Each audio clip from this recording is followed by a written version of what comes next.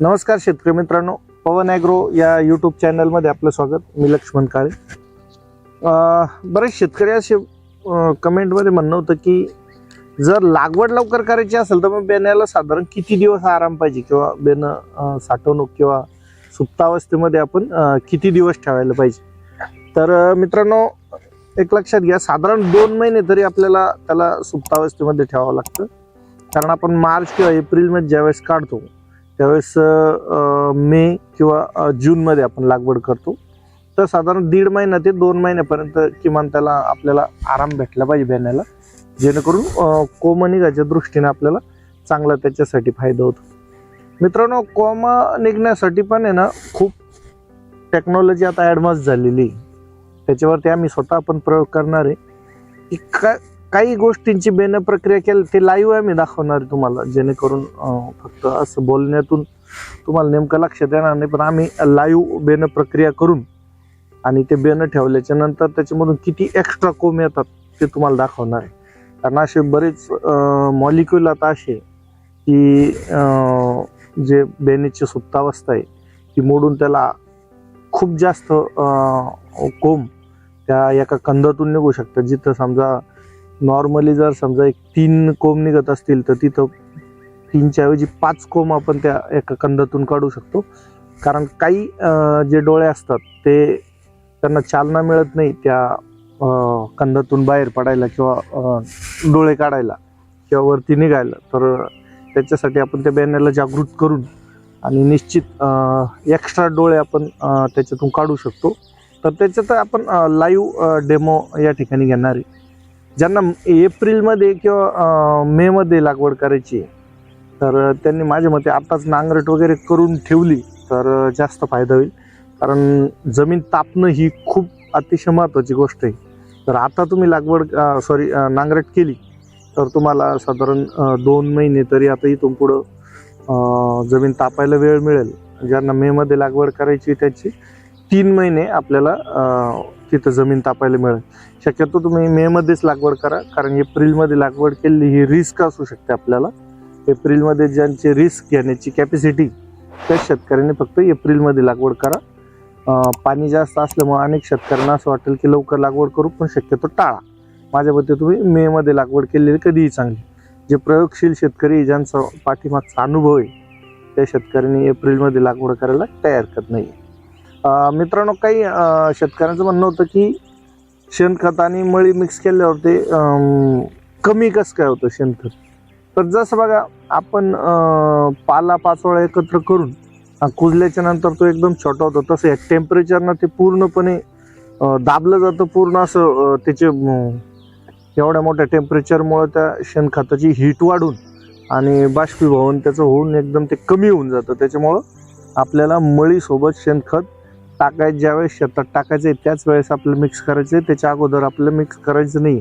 जर तसं केलं तर त्याच्यामुळे ते आपले जसं मी सांगितलं होतं की जर 5 ट्रॅक्टर शेणखत असेल तर ते फक्त 3 ट्रॅक्टरच भरू शकतं. तर तो एक महत्त्वाचा मुद्दा तुम्ही लक्षात घ्या. दुसरं, आता काही शेतकऱ्यांचं असं म्हणणं असतं की लागवड तर आम्हाला करायची पण टेम्परेचर खूप राहील, पाणी आमच्याकडे भरपूर येतं. अशा ठिकाणी तुम्हाला 5 गवत टाकणं शक्य असेल तरच तुम्ही लागवड करा, नाही तर करू नका. कारण एप्रिलमध्ये खूप टेम्परेचर असतं, त्या रिस्क त्याच्यामध्ये होऊ शकते. तुमचं बेणं वाया जाऊ शकतं आणि कंदकूज होऊ शकते तिथं सुरुवातीलाच. कारण कंदकूज म्हणण्यापेक्षा ते बेणं पूर्णपणे असं जागेवर कुजून जातं. तर अशा पद्धतीचे जर प्रॉब्लेम तुम्हाला झाले तर बेणं तुम्हाला माहिती आहे यावर्षी थोडंसं महाग मिळू शकतं. तर तिथं सुद्धा तुमचं नुकसान होईल. नांगरट आत्ताच करा. लेट केली किंवा उशिरा केली तर मग मात्र आपल्याला उत्पादनामध्ये घट येते. ज्यांना उशिरा लागवड करायची त्यांचं आता गहू, हरभरा हे पिकं निघल्याच नंतर चालतं. पण ज्यांना लवकर लागवड करायची त्यांनी तुरीचे किंवा असे रान आता खाली झालेले, त्या रानामध्ये मला अशी अपेक्षा आहे की तुम्ही काही पेरलं नसेल. जर पेरला असेल तर मग मात्र तुम्ही एप्रिलमध्ये लागवड न करताना मेमध्येच करा. कारण तुम्हाला आता जमीन तापायला वेळ त्या ठिकाणी अजिबात मिळणार नाही. मित्रांनो, काही शेतकऱ्यांचं असं म्हणणं असतं की हळद पिकाचं लागवड केलेली आहे आणि तिथंच आता डबल अद्रक घ्यायची, तर त्याच्यामध्ये उत्पादनामध्ये घट येऊ शकते का? तर 100% त्या ठिकाणी घट येऊ शकते. कारण हे दोन्ही पिकं सारखेच न्यूट्रिएंट जमिनीतून घेणारे कंदवर्गीय पिके दोन्ही आणि न्यूट्रिएंट सुद्धा सारखेच घेतात. दोन्हीला पण कंदकुजचा प्रॉब्लेम असतो. हळद पिकाला थोडासा कमी असतो, पण जर हळद पिकाला कंदकुज आलेले असेल तर पुढं 100% आपल्या अद्रक पिकाला सुद्धा त्या ठिकाणी कंदकुज येणार.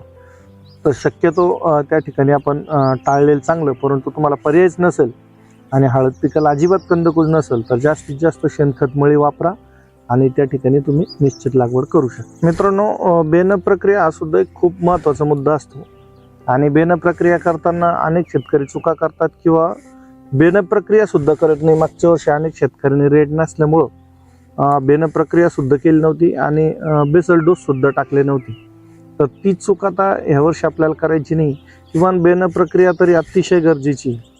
तसं तर बेसल डोस हा सुद्धा खूप महत्त्वाचा मुद्दा आहे, कारण फॉस्फरस आणि पोटॅश लागू व्हायला साधारण 28 ते 30 दिवस लागतात आणि आपण जर ते लागवडीच्या वेळेसच जर टाकलं तर मात्र ज्यावेळेस नेमकी उगवण होऊन येते त्यावेळेस सुरुवातीच्या काळामध्ये त्या पिकाला लगेच अन्नद्रव्य त्या ठिकाणी उपलब्ध राहत आणि त्याची वाढसुद्धा जोमात चालू होते. बेन प्रक्रियेचं जर बोलायचं झालं तर बेन प्रक्रिया करण्याचे आपले 2-3 उद्देश असतात. त्याच्यामध्ये पहिलं हा की बेन पूर्णपणे निर्जंतुक करणं, ज्याच्यामुळे आपला भविष्यात येणारे कंदकुज असो, रोगकिडी असो, वरती आळी असो, खोडकिडा असो, याचा प्रादुर्भाव उगत्या क्षणी त्याला होऊ नये. हा एक पहिला आपला महत्त्वाचा मुद्दा. आणि दुसरा असं असतं की जर्मिनेशन चांगलं व्हावं, कारण जर्मिनेशन हा पार्ट खूप महत्त्वाचा आहे. त्याच्यावरती मी मागे बोललो तसं सांगतो की त्याच्यावरती तर आपण लाईव्ह तुम्हाला डेमो पण देणार आहे की कशा पद्धतीनं याला नियोजन करता येईल किंवा जास्तीत जास्त कोंब आपल्याला कसे फोडता येईल ते आपण लाईव्ह तुम्हाला दाखवणार आहे. यावर्षी तुम्हाला फुटवे, त्याच्यानंतर वाढ, त्याच्यानंतर कंदाच्या कांडीची लांबी, जाडी, हे तुम्हाला सगळं लाईव्ह पाहायला मिळणार आहे की काही बेडला वापरल्यानंतर काय होतं, कोणते मॉलिक्यूल वापरले जातात म्हणून हे सगळं घडतं. हे पूर्णपणे तुम्हाला लाईव्ह दिसणार आहे. त्याच्यामुळे तुम्ही अगोदरच कोणत्या काही कृषी निविष्ठा घेऊन ठेवण्याच्या भानगडीत पडू नका. तुम्हाला जे जे योग्य वाटेल त्यावेळेस ते मॉलिक्यूल तुम्ही यावर्षी घ्यायचे आणि तुमच्या अद्रक पिकामध्ये भरघोस असं अतिशय कमी खर्चामध्ये अनेक शेतकरी सुद्धा त्या लाईव्ह याच्यामध्ये मार्गदर्शन करणारे, अनेक तज्ज्ञ मंडळी त्या ठिकाणी मार्गदर्शन करणारे मित्र आहेच, शिवाय काही शास्त्रज्ञ सुद्धा आपल्याला त्याच्यासाठी मार्गदर्शन करणारे, आणि असे मिळून आपण लाईव्ह जे प्लॉट तुम्हाला दाखवणार आहे त्याच प्लॉटच्या आधारावर तुम्ही तुमच्या प्लॉटमध्ये सुद्धा ते मॉलिक्यूल वापरून, ते प्रोडक्ट वापरून किंवा त्या वस्तू वापरून आणि तुमचं सुद्धा उत्पादन त्या ठिकाणी मोठ्या प्रमाणामध्ये घेणं शक्य होणार. तर तुम्ही हे सुद्धा अतिशय महत्त्वाचे मुद्दे लक्षात घ्या की यावर्षी तुम्हाला सगळं लाईव्ह पाहायला भेटणार आहे की काय वापरल्याने नेमकं कंदामध्ये, पानामध्ये, ग्रीनरीमध्ये, त्याच्या जाडीमध्ये, जमीन भुसभुशीत करण्यासाठी सगळ्या गोष्टी तुम्हाला लाईव्ह पाहायला भेटल्यामुळं तुम्हाला यावर्षी अद्रक पीक उत्पादन खर्च कमी करता येणार आहे आणि अद्रक पिकाचं उत्पादन सगळ्यात जास्तीत जास्त ह्यावर्षी तुम्हाला घेता येणार आहे. तर मित्रांनो, हा सुद्धा मुद्दा तुम्ही निश्चित लक्षात ठेवा. मित्रांनो, अनेक शेतकऱ्यांचं असं म्हणणं असतं की बीजोत्पादनाचा कांदा घेतलाय, मग याच्यामध्ये लागवड केली चालेल का? कारण शेतकऱ्यांना असं अशी एक शंका असते की तो खाली सवता कांदा पूर्ण तसाच राहतो, नंतर तो कुजतो आणि मग त्या कुजलेल्या कांद्यामुळे आपल्या अद्रक पिकाच्या कंदाला कंदकुज लागेल का? त्रास अजिबात होत नाही. आणि एक लक्षात ठेवा, जो आपण बीजोत्पादनाचा कांदा घेतो त्याचा वरचा गोंडा तोडून घेतल्याच्या नंतर पूर्ण ते त्याचं जे दांडे ते आणि पूर्ण खालचा कांदा हा रोटावेटरनं पूर्ण आपण रोटावेटर मारल्यानंतर चुरा करून घ्यायचा. त्याच्यानंतर त्याला थोडंसं वाळून नांगरट करून पूर्ण दाबून टाकायचा. हे केल्याच्या नंतर अद्रक पिकामध्ये इतर बिवड जे आपण म्हणतो, इतर पिकाच्या बिवडाच्या तुलनेमध्ये याच्यामध्ये कांदा बीजोत्पादनाचा कांदा घेतलेल्या बिवडामध्ये खूप चांगले वाढ, हिरवेपणा आणि उत्पादनात सुद्धा वाढ दिसून आलेली. हे प्रयोग आम्ही स्वतः गेल्या साधारण 10-15 वर्षापासून बघतोय. जिथं जिथं बीजोत्पादन कांदा आम्ही स्वतः पण घेतलेला आहे, त्या प्लॉटमध्ये जमीन सुद्धा अतिशय भुसभुशीत राहते इतर पिकाच्या तुलनेमध्ये. तसंच आपण गव्हाच्या सुद्धा क्षेत्रामध्ये घेऊ शकतो, हरभऱ्याच्या क्षेत्रामध्ये सुद्धा आपण अद्रक लागवड करू शकतो. ऊसाच्या क्षेत्रामध्ये मी मागे पण सांगितलेले तसं थोडंसं पिवळ सरपाना येऊ शकतो, कारण ऊसातून खूप क्वांटिटीने न्यूट्रिएंट्स तिथून निघलेले असतात. तसं मक्काच्या क्षेत्रामध्ये सुद्धा थोडासा पिवळसरपणा आपल्याला जाणवतो. त्या ठिकाणी आपण थोडंसं जास्त शेणखत मळे वापरून आणि अधूनमधून फेरसचे जर डोस दिले तर खूप मोठा फायदा होतो. मित्रांनो, अनेक शेतकरी आपण बघतो की फेरसचा वापर अजिबात करत नाही. तर अद्रक पिकाला सूक्ष्म अन्नद्रव्यामध्ये फेरस हे खूप लागतं, तर फेरसचा भरपूर वापर करायचा. अतिशय स्वस्त असलेले मॅग्नेशियम सल्फेट याचा सुद्धा आपण वापर त्या ठिकाणी खूप कमी करतो. त्याचा सुद्धा आपल्याला भरपूर वापर करायचा आहे, कारण आपण जे स्वस्त गोष्टी आहे त्याचा शक्यतो वापर करत नाही आणि आपल्याला खूप महागड्या वस्तूमुळेच खूप उत्पादन येईल असं वाटतं. तर असं अजिबात आपल्याला करायचं नाही. तसं आम्ही निश्चित तुम्हाला वेळोवेळी टप्प्याटप्प्यानं सगळं मार्गदर्शन करणार आहे. कोणताही व्हिडिओ हा शेवटपर्यंत बघा, कारण तुम्ही जर कोणताही व्हिडिओ अर्ध्यात जर सोडला तर तिथून पुढचं कदाचित चांगली माहिती तुम्ही स्किप कराल किंवा माहिती होणार नाही आणि मग त्या ठिकाणी तुमचं सुद्धा नुकसान होईल.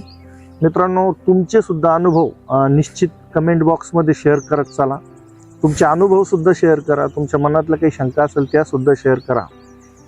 प्रत्येक शेतकऱ्याकडे काहीतरी वेगळं ज्ञान असतं. जर तुम्ही तुमचे अनुभव त्या कमेंट बॉक्समध्ये टाकले तर आम्हाला व आपल्या सर्व इतर शेतकरी बांधवांना निश्चित तुमच्या ज्ञानाचा सुद्धा फायदा होईल, विचारांची देवाणघेवाण होईल आणि अद्रक पिकामध्ये आपण निश्चित आणखी जास्त क्रांती करू. मित्रांनो, हा व्हिडिओ आपल्या इतर शेतकरी बांधवांना नक्की पाठवा. व्हिडिओला शेअर आणि सबस्क्राईब नक्की करा. तसंच पुढच्या व्हिडिओमध्ये कोणत्या टॉपिकवरती आपण व्हिडिओ घ्यावा याच्याबद्दल थोडा सल्ला तुम्ही देण्याचे प्रयत्न करा. धन्यवाद.